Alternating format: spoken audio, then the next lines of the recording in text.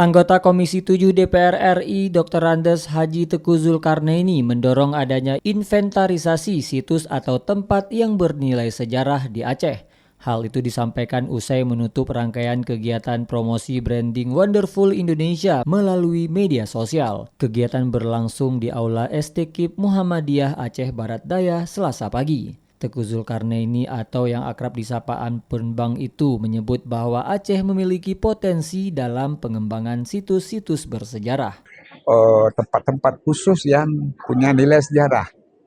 Nah, ini yang masih kita inventarisasi ya. Karena kita lihat secara umum Aceh punya potensi untuk itu. Sangat punya potensi. Ia menyebut bahwa selain situs-situs bersejarah, Aceh juga harus melakukan inventarisasi terhadap tempat atau situs-situs yang menjadi objek wisata unggulan, sehingga dapat diselaraskan dengan program pemerintah pusat melalui Kementerian Pariwisata. Ampun Bang juga mendorong agar masyarakat Aceh khususnya Aceh Barat Daya terbuka dengan kedatangan para wisatawan dari luar guna menciptakan suasana nyaman bagi pengunjung untuk meningkatkan angka kunjungan pariwisata. Reporter RRI Melabuh Tama Maulizar melaporkan.